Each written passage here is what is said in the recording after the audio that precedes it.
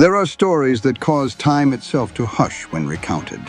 Prophecies not belonging to a single era, but concerning the ultimate moment of the cosmos. Among countless scriptural pages and the traditions of the prophets, a warning has been preserved until this very day. Qayamat, the day of judgment. None knows precisely when it shall arrive, yet all humanity perceives its shadow cast upon them. It is said, an invisible sword hangs suspended over mankind's neck, awaiting the moment it descends to sever the thread of time. Qayamat is not merely the world's annihilation, but the cessation of falsehood and the dawn of eternal truth. Yet ere that occurs, its signs shall sequentially appear, gradually unveiling the true nature of humanity and the era. If you believe that every moment in this world bears significance, then listen until the end. For the narrative you are about to hear speaks not only of the final day, but also of what is unfolding in our very own age. Please like, subscribe, and keep your mind open. For when this story concludes, you may no longer view the world through the same eyes. Now then, let us embark together on a journey back through time, returning to the initial prophecies, where the tale of Qayamat begins to unfold. The prophet said, "As the hour draws nigh, power shall fall into the hands of the undeserving." And verily, humanity has begun to witness this. Power is bestowed upon the foolish, who wield it not to guide, but to mislead. As the light of knowledge gradually wanes, the darkness of ignorance spreads. Scholars depart one by one, taking their understanding with them, leaving a world where ignorant words are regarded as truth. The oppressor is revered, and the righteous are trampled upon. Temples are crowded, yet the hearts of those who pray are empty.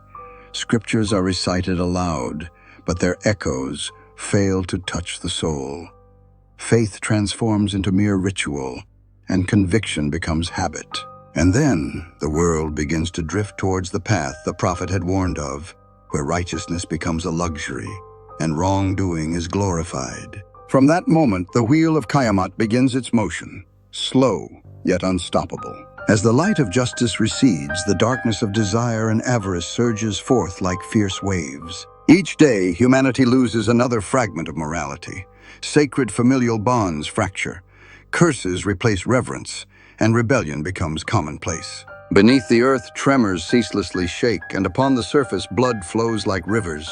People harm one another without knowing why, descending to the underworld without understanding their offense.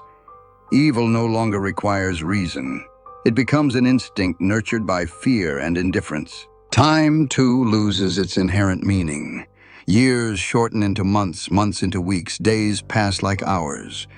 People are so engrossed in pursuing profit that they forget what they're living for. Barren deserts transform into fertile fields, and the world seems to revive, but in truth, it is merely the expansion of greed. Upon Arabian soil, towering skyscrapers rise as a defiance of destiny. Humanity looks upward not to pray, but to compare who ascends higher. Competition is no longer for knowledge or compassion, but for material wealth and fame. When money becomes the sole measure of value, the boundary between good and evil gradually dissolves. People no longer care whence wealth originates, only that it brings power. Faith is weighed and character is valued by riches. Commerce thrives, but blessings vanish. Usury spreads like a plague, and even those who try to avoid it cannot escape its defilement.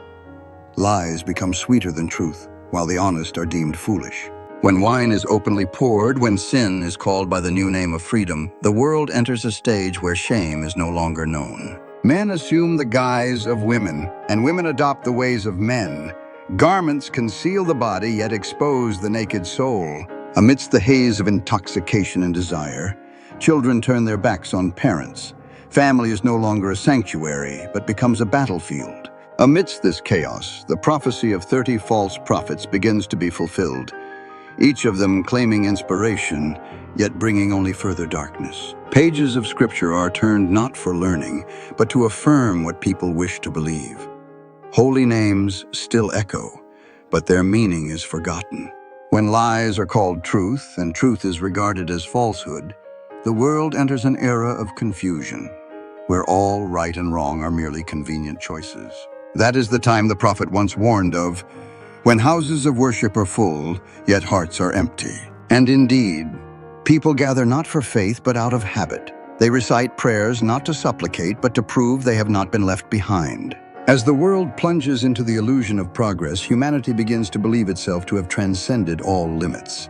Yet at that very moment, the strange signs the prophet had spoken of begin to appear, silently yet distinctly, like the ticking of a countdown clock.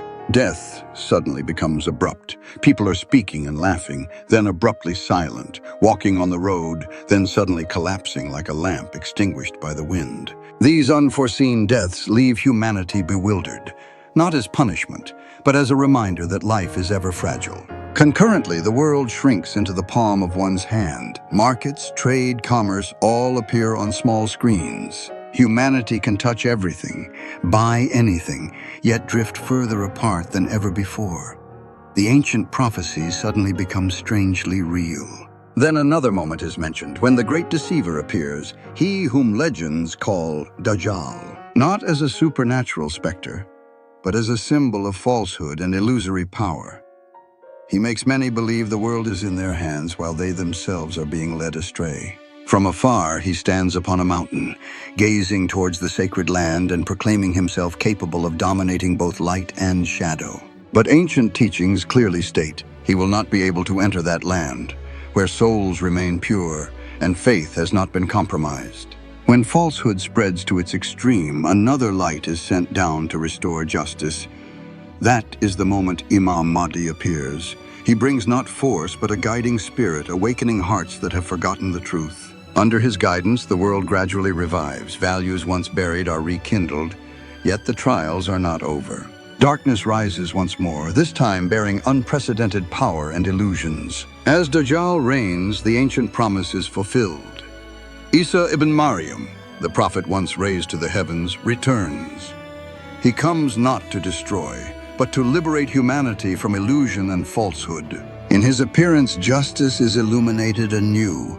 Those who once wielded falsehood as power are suddenly exposed. The earth breathes out the warmth of peace, and humanity for the first time experiences true tranquility in their souls. But time does not cease there. After years of peace, a new trial is mentioned in the scriptures. Armies called Yajuj and Majuj. They are not merely enemies, but the embodiment of unleashed greed and chaos. When the world is besieged by fear, the faithful turn to prayer.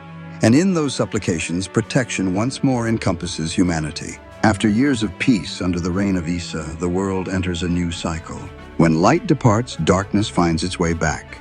Humanity gradually forgets the teachings, and faith is replaced by convenience, by the belief that they can determine their own destiny without looking heavenward. Then the earth begins to tremble. Not merely in one place, but in three regions, the east, the west, and in the midst of the Arabian Peninsula. The earth cracks open like a door ajar, reminding humanity that this universe never belonged to them. It is not punishment, but a calling back, a signal for mankind to pause and reflect.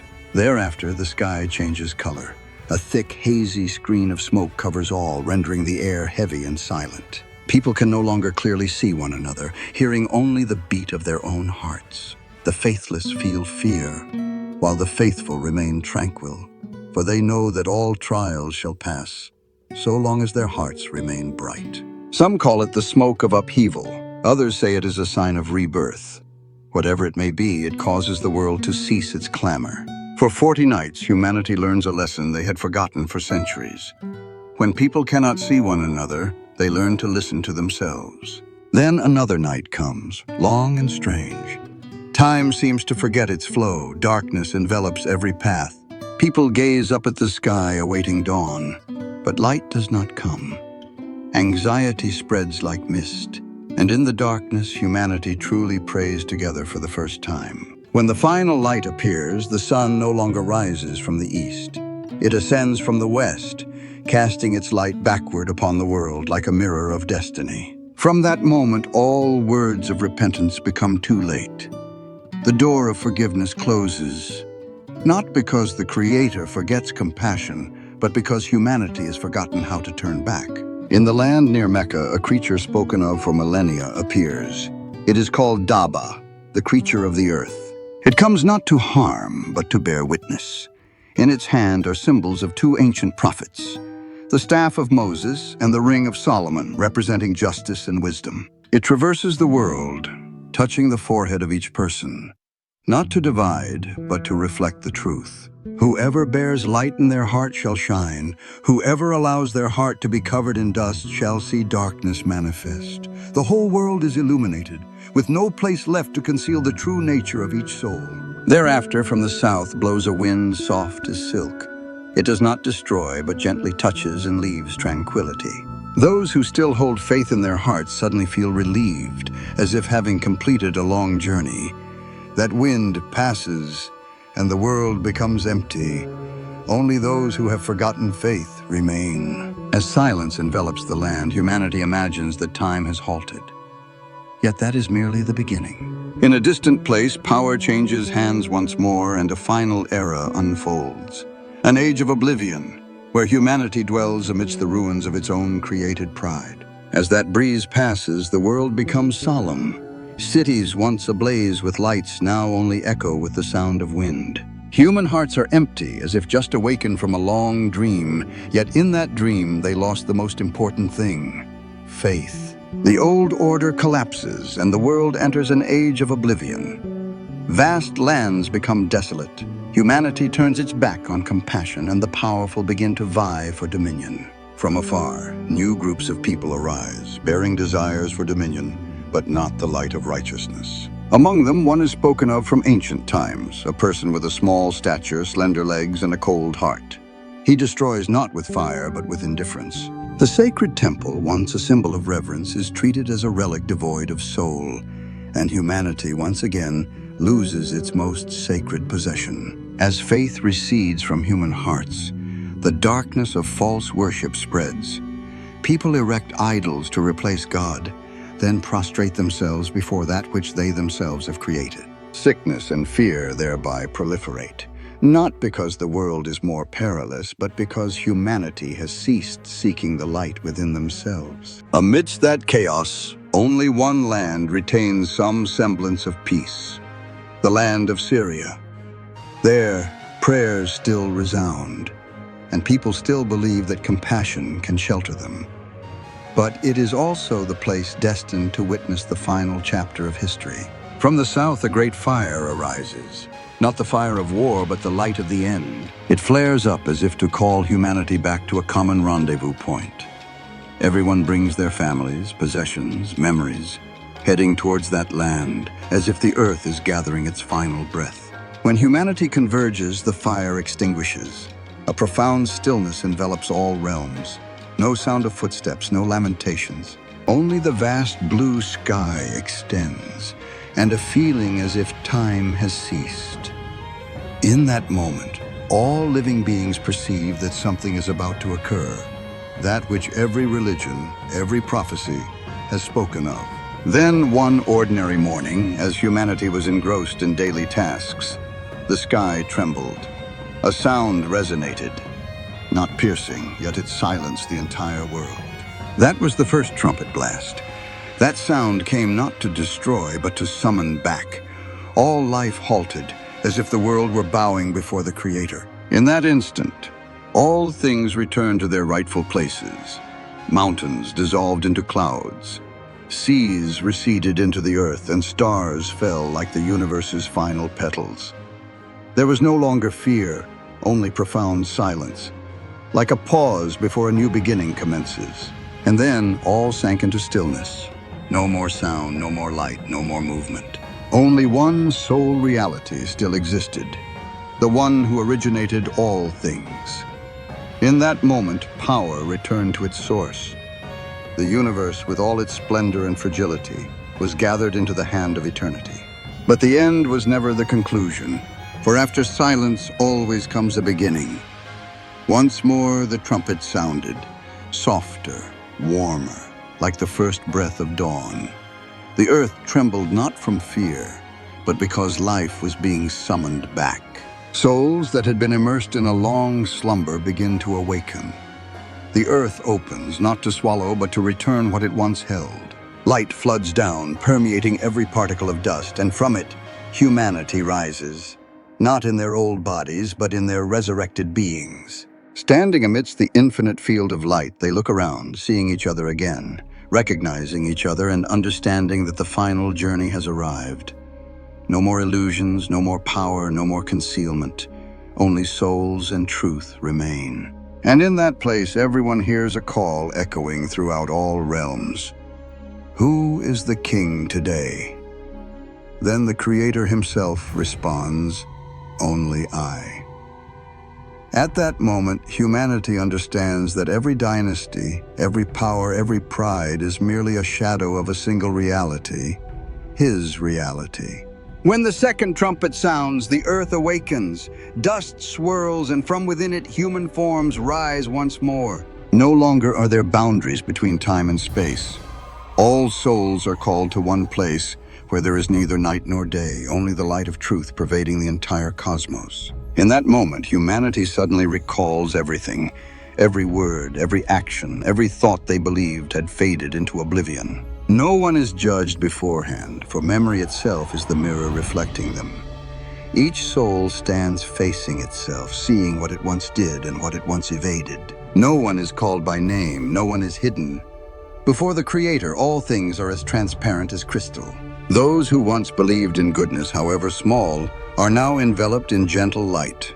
And those who once sowed darkness are not punished by fire, but by the very emptiness in their hearts, where light cannot reach. Amidst the endless sea of humanity, the prophets are resurrected, those who once bore messages of mercy. They stand there not as judges, but as witnesses to absolute justice. They recount, gently and precisely, every choice humanity made while alive. In the sky, scrolls of light unfold like pages, not of paper, but the universe's memories. Within them is recorded everything: smiles, words, actions, even moments when humanity silently aspired to goodness that none witnessed. Not a single detail is forgotten, for all things bear meaning. When truth is revealed, there is no more dispute, no more fear. Humanity realizes that judgment comes not from without, but from within themselves, where conscience once whispered in solitary nights. And now that whisper resonates clearly as a call to return. Some shed tears, not from fear, but from understanding. They perceive that every suffering, every loss they once endured were but steps leading them to this very moment. For Qayamat to them is not an end, but the moment of reunion with the one who had always watched in silence. Then the earth opens, no longer a chasm, but a gateway leading to a new world. Souls are led into it, to a place where light is gentle like a dawn that never fades. There are no cries, only words of gratitude, like a soft breeze across still waters. And on the other side of the boundary, some remain, standing in their own darkness. Not abandoned, but because they had not learned to forgive, not others, but themselves. Yet even then, mercy still awaits them, for the light has never truly departed.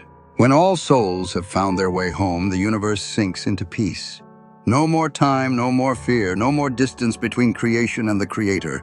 All merge into a single entity, eternal tranquility. And so the story that began with creation now concludes in enlightenment. Humanity understands that Qayamat was never a day of destruction, but a day of awakening. A day when the soul is reminded, you were never lost, you are merely being called home. For every day we live with goodness, every time we forgive, every instance we turn towards the light. That is when we delay the final day and render this world worthy to endure a little longer. Thank you for joining me on this journey, a journey that speaks not merely of the world's end, but of the dawn of awareness. If you believe that light still resides within every heart, please leave a like, subscribe to the channel, and share this story to spread that conviction to more people. And do not forget, this is merely one of countless chapters from ancient tales that time has endeavored to conceal. In upcoming videos, we shall unveil more forgotten pages, where history, religion, and mysticism converge into a single tapestry, the tapestry of humanity and the cosmos. Click the notification bell so as not to miss any upcoming journeys. And now take a deep breath, for sometimes to hear the call of truth, one merely needs to be silent and listen to the beat of one's own heart. I am the storyteller, and you are the one writing the rest. See you in the next chapter of the journey between light and shadow.